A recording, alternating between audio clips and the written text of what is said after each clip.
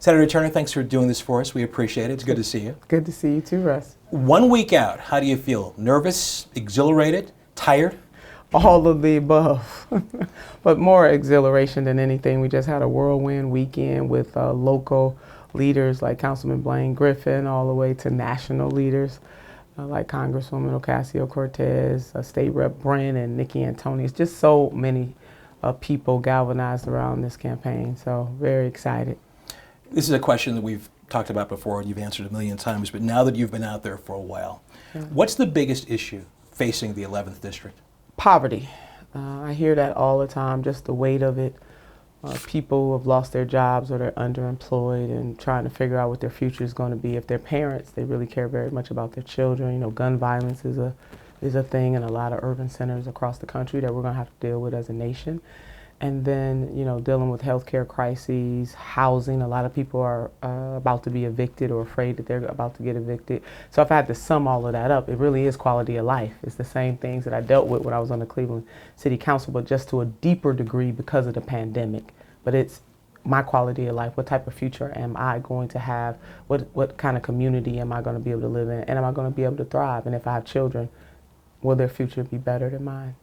Taking one of those issues, safety and crime. Over the weekend, there were 13 shootings in Cleveland. 3 people died. There's no magic answer to this. But how do you stop this? No, Russ, it's not. I mean, it is going to take cooperation from, I believe, all levels of government, but also the community, too. We need all pillars. We need faith-based, we need civic, we need individuals, and we need corporations and small businesses. Everybody's going to have to get into this.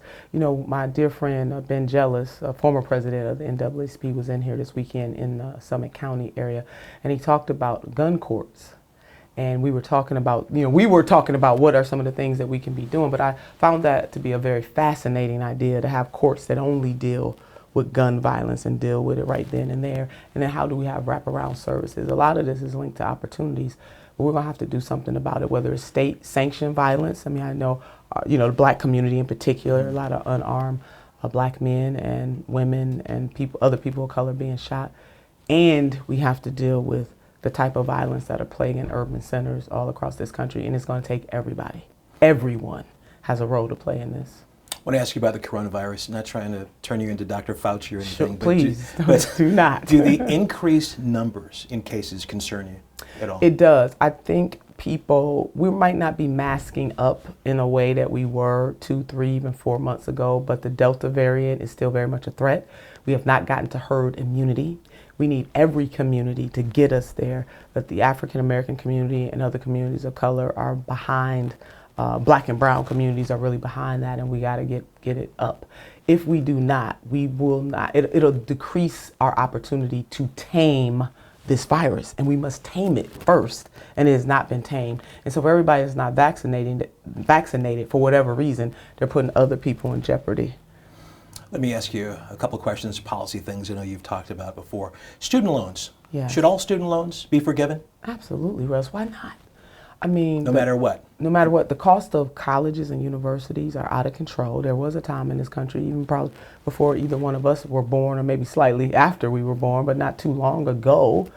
I've talked to elders who went to college for virtually free or very little cost, and it has increased exponentially. And you cannot say to a person, I want you to better yourself. I mean, I'm a first-generation college graduate. I'm still paying off college debt. My son, combined, he's a millennial. You have a millennial too, but combined, we have almost $100,000 worth of student debt. We can't say to people on one hand, go to college and better yourself, and on the other hand, cross the stage with a degree in your hand and debt in the other. And depending on what kind of industry you go in, I mean, if you're going to be a teacher or a social worker, you're not going to make a whole lot of money. Unfortunately, I want to see that change, but that's the reality. So it's going to take somebody like you longer to pay off that debt. And you know what, Russ? There's a class and a caste issue to this, meaning everybody with that $1.7 trillion worth of debt can be forgiven, but also on the racial side, black women disproportionately hold the largest amount of student debt in the United States of America. You want to talk about a pathway to racial justice, it would be canceling student debt, racial justice and class all at the same time. What can be better than that? And the president has the authority right now to sign an executive order and cancel that student debt. It must be done. And not only cancel that, on the other side, we got to make sure that this doesn't happen again, because it does no good to cancel the debt and then allow the system to continue as is. We must make public colleges and universities tuition free, and we must do something extra special for historically black colleges and universities. Yeah, that's my next question for you. As you've answered, you believe that community colleges and four-year colleges should be free. That's exactly right. Community colleges, especially. I mean, I'm a former tenured, professor at Cuyahoga Community College, where futures began. Let me throw that in there. But I graduated first from that institution before I matriculated to Cleveland State University, earning 2 degrees. I do know how important education is. It is a pillar. It's not the total answer, but it's one way to help people change the trajectory of their lives. We don't want them to change that trajectory and then also be saddled with debt, especially when we can do something about it. We're not a poor nation, Russ. We can do something about this. We can do a new thing. And so I want to go to Congress and work with the Biden-Harris administration and work with other progressives or conscious-minded people who understand the system as it is cannot stand. Let's talk about taxes. Right now, the highest tax rate is 37%. Should it be more? Yeah, I mean, we should definitely undo the Bush tax cuts, or excuse me, not Bush, the Trump tax cuts. I'm going too far back.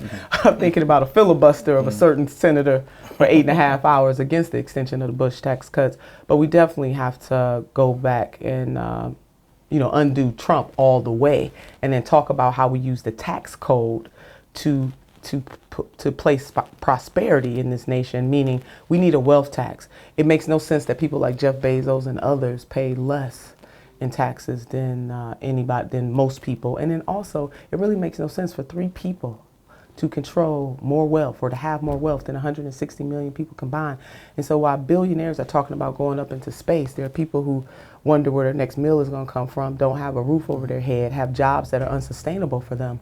We need to put the focus where it needs to be. Right, Russ, our city is the poorest city of its size in the United States of America. We definitely have to do a new thing, and the tax code controls how much money we have, and we can have more money and more resources to be able to spend on things like education, quality of life issues.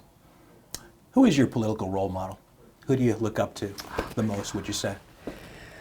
You only giving me one. I would say my maternal grandmother, who was never a politician, but she was born in 1915, and she had what we call mother wit.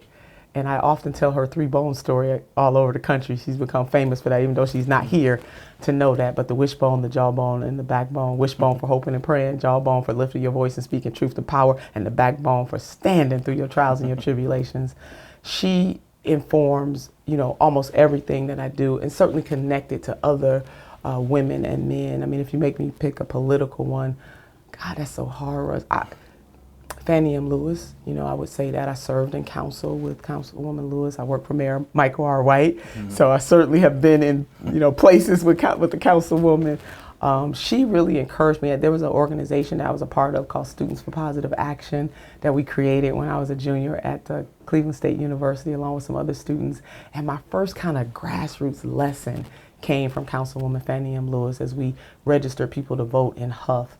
And then nationally, certainly Congresswoman Shirley Chisholm, because I consider myself an unbought and unbossed Democrat. From New York, Shirley Chisholm. Yeah. Of course. Since the 80s, the 11th district the seat has been occupied by what you would call traditional Democrats. You are not what many people would consider a traditional Democrat. I'm not. What do you say to those people out there who say, you know what, we don't need this kind of change? Yeah. We need someone there who is going to be that traditional Democrat like we've had in the past. Am I not a traditional Democrat? I'm asking you. I don't know. Do you consider yourself a traditional mean, Democrat? You used the word progressive a few minutes ago. Your opponents aren't describing themselves as progressive. Well, you know what? It's going to be about what the district says. I would like to think, Congressman Louis Stokes was a trailblazer. Was it not progressive to stand up and say we need a black person? There are no black seats in the great state of Ohio before his the Voting Rights Act. He argued for that and opened up that seat. Him teaming up with Mayor Carl B. Stokes. I would say that if I'm not a traditional Democrat, neither were they. They were going against the grain. All 3 people who have had the pleasure of occupying this seat were trailblazers in their own right. And I'll give you something that the three of them had in common. They all believed in universal health care in the same way that I do. Congressman Stokes did, Congresswoman Stephanie Tubbs Jones did, and I'm old enough to remember that Congresswoman Marcia Fudge, before becoming the HUD secretary, signed on to Medicare for All in the House of Representatives and also was in the Congressional Progressive Caucus. So I am following the freedom fighting tradition of this seat. And yeah, I am very much in line, fighter. You can use any word you want here, contentious, heated, nasty. This race has certainly gone there. Are you surprised that it's gotten to this point? In some ways I am. I would say surprised and disappointed. I mean, you got 13 candidates running in the Democratic primary, 3 in the Republican, so there's 16 of us technically. There's only one candidate out of those 13 who put a red box up on their website to invite dark money, dirty money, to come in here, millions of dollars at a time, to come in here and upset this seat. People who do not even care about this district are influencing or trying to buy this seat, trying to influence the outcome. Never in the history of this district has this happened. And so, yeah, I'm very disappointed. I knew it was going to be a competition. Competition is fine. But we need campaign finance reform in this country, Russ, and to have somebody that's running for this seat invite those kind of people in, I think is really sad and beneath beneath this district. What do you want people to know about you that they haven't learned about you over the years, and especially in the past few months? That I care deeply, about this district. I've served, many capacities, both elected and not elected. That I am going to work very hard, extraordinarily hard as I have, but even more so because I think the fissures are deeper. We're running out of time. When Reverend Dr. Martin Luther King Jr. talked about the fierce urgency, and now that I love deeply, that this is my home and I want to see what's best for it, and that I plan to leverage every single opportunity that the Creator has given me, from serving on the local level to the state level to serving in the Ohio Democratic Party to being the Democratic nominee for Secretary of State to being blessed to be able to travel all over this country, not once but twice, touching down on every single state, with the exception of 2, that I am going to bring all of that to bear to lift this district and center the poor, the working poor, and the barely middle class. And I can work with anybody. I have worked, you remember even Governor Kasich and I united to create the task force on community and police relations at a time that was very volatile in our city and also in our state. I work with anybody as long as they're on the justice journey. So I have an open heart, an open mind, and an open door. I love this district. I love this country, and I want to see what is best for its people, both nationally and internationally. Justice for all. Shontel Brown, thank you so much for talking to us today. 1 week before the election, how are you feeling? Tired, nervous, exhilarated? How would you describe it? All of those things, Russ. I am more than anything excited. We have had tremendous momentum over the last couple of weeks, and it feels like the wind is against our back. So we just got to break the tape and get across the finish line. So I'm super excited right now. We talked about this a while ago, but you've been out and about, obviously, a lot in the past few weeks and months. What do you think is the biggest issue facing the 11th district? So just recovering from the pandemic, which encompasses my 3 priorities, so healthcare, jobs, and justice, right? So making sure as the conversation continues to talk about the Delta variant being on the rise, we want to make sure that the COVID-19 test remains regular, reliable, and free. We also want to make sure that the vaccine remains accessible and equitably distributed to low-income communities and communities of color, and address some of that hesitancy that has been occurring. I think too many people still, we haven't reached that percentage to get herd immunity. So encouraging folks that, we really need to remain vigilant because we aren't quite out of the woods. And then when it comes to jobs, of course, jobs were an issue pre-pandemic. So making sure that we capitalize on this administration that's looking at things through a lens of equity, equality, and inclusion. I mean, we're talking to the tune of trillions of dollars, once in a lifetime investments to deal with infrastructure. So we need someone in a position to be able to bring those dollars back to the community, and I think I'm best positioned to do that. And finally, justice. As a person who led the initiative here in Cuyahoga County to declare racism a public health crisis, racial justice will continue to be a priority, social justice, criminal justice reform, but environmental justice. All of these things are so intrinsically connected. If we don't have clean air and fresh water, then none of those other things matter. So environmental justice will also be a priority of mine. Yeah, I'm not asking you to be Dr. Fauci here, but are you concerned that the numbers are going up again in terms of COVID cases? It is a little bit concerning. Again, especially being in communities of color where there has been some legitimate hesitancy. So making sure that we're getting the message across that over 600,000 people here in the United States have died from this virus, and the vaccine hasn't had those impacts. So we need to be taking the vaccine. It's a risk-reward factor. So making sure people understand the vaccine is safe. I'm one that took the Johnson & Johnson, one of the more controversial vaccines, if you will, but I've had no side effects, feel really good, and actually feeling more protected as this COVID-19 Delta variant is on the rise, but I'm still taking those necessary precautions to make sure that we remain safe. In the city of Cleveland this past weekend, there were 13 shootings. 3 people died. There's no magic answer for this. Yes. But what do you think? How do you stop this? So the thing that also is impressive to me about the current federal administration is that Cedric Richmond, one of the senior policy analysts, spoke about this and the investments they're going to be making to the local level. Biden has identified gun violence as an epidemic, and so they're taking steps to address this issue on the federal level, speaking about things where the FBI and DEA can get involved with dealing with straw buyers who are buying these guns and getting them into the hands of people who haven't had any background checks and who have been committing some of the most heinous crimes. But we also are talking about investments into local government so that they can increase the police presence and community policing. I've been one that really has had some fighting for competency, cultural competency, and racial implicit bias training. I think that is going to be critically important as it relates to our police force. But when it comes to the crime, we just got to make sure we have more police on the street and making those investments to make our community safer. And the administration that we currently have in place are having those conversations. So again, we just need somebody to make sure that we get those resources back in the 11th Congressional District. Couple of quick questions. I know you've taken positions on student loans. Yes. Should all student loan debt be forgiven? I wouldn't say all, but there's certainly room for the administration to increase the number, which they're at 10,000, and I think the average is somewhere in the neighborhood of 40,000. And it's much more than having a conversation around for the forgiveness of student loan. I think that there's some factors that we must consider. So job opportunities. I think teachers, folks who are working in government, should certainly have the advantage as it relates to getting student loan and debt forgiveness.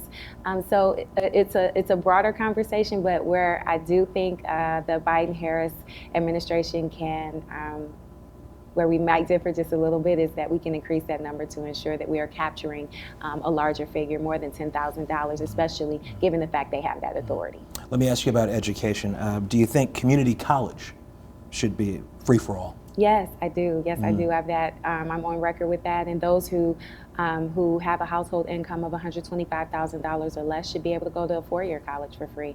I think that what we're seeing right now is are students in high schools that are graduating with their associate's degree. That is actually occurring. And so more people need to be able to take advantage of that so that they can get into the 4-year colleges programs and get an early start on completing their degree. So that excites me. Let's talk about taxes. Right now, the highest federal tax rate is 37%. Is that high enough? Well, I think it depends on who you're taxing, not necessarily the dollar or the percentage.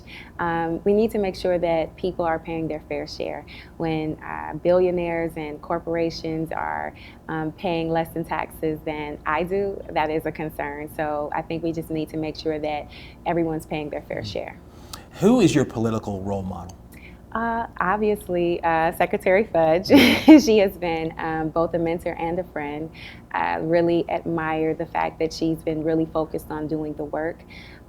Although I didn't have a very close relationship with Stephanie Tubbs Jones, her reputation and her legacy lives on, and the fact that people just talk about her with so much positivity is something that I strive to achieve in my political career. So she is another. I've also had the opportunity to meet Judge Capers before she passed. And I mean, there's so many. We have such a rich legacy of leadership here in the 11th Congressional District, the state of Ohio, really. But I've been fortunate to have been blessed with the presence of many greats, even Judge Harper, who is also a member of my church. So it's a long list. Sure. I mean, your political mentors are people who would be considered down the line Democrats, traditional Democrats. What do you say to people in your district who say, you know what, it's time for a change? Maybe we don't need a traditional Democrat in there anymore. Well, I think I want to point out that Judge Harper is actually a Republican, a member of my church, and one that, again, has really demonstrated strength and leadership and qualities that I admire. But I think when it comes down to it, when I am dealing with constituents and they inquire about whether they can get some help with accessing a PPP loan, or when is the next rental assistance dollars, when will they be rolling out, or when is the next food bank, Shontel, they never say, and oh, by the way, are you a Democrat, or are you a Republican, are you progressive, are you moderate? They're just grateful that there's someone there who's willing to work with them and deliver results. So I've already been making the effort to work in a bipartisan way and have had tremendous success doing that. So I will continue to do that, and I'll take that same spirit to D.C. if I'm so fortunate to represent the people of the 11th Congressional District. This race has become, you can use any word you want, contentious, heated, nasty. Did you expect it to get this way? You know what? I can't say that I'm completely surprised. Past behavior is the best indicator of future behavior. So my campaign has really been very intentional about keeping my messaging positive, focusing on my record, focusing on the results that I've been able to deliver for the people who have elected me and entrusted me to make decisions on their behalf. I know there has been some negative commercials, and so those are things that haven't come out of my campaign. But when a candidate looks in the camera, or you hear that tagline, "and I approve this message," that's coming from their campaign. So people need to know that we've been very, very, very intentional about running a clean campaign and a positive campaign. As a youth ministry leader, I have young people looking at me, so leading by example is important. And I've been living here, and I'm not going anywhere, so I have to be able to walk around my community with my head held high and my integrity intact. 1 week to go. What do you want the voters to know about you that perhaps they haven't been able to know about you in the last several months? I want them to know that I am a public servant at my core. I have been delivering results. This is about public service, not lip service. This is about results, not rhetoric. And so if they want someone who's going to work hard for them, then I should be their choice. I am a person that has been focused on the issues, finding common ground, and really growing from there. And that has afforded me what some have described as a rapid rise in politics. So if you're looking for someone who is going to work hard for you, I can assure you no one is going to work harder than me for the people of the 11th Congressional District.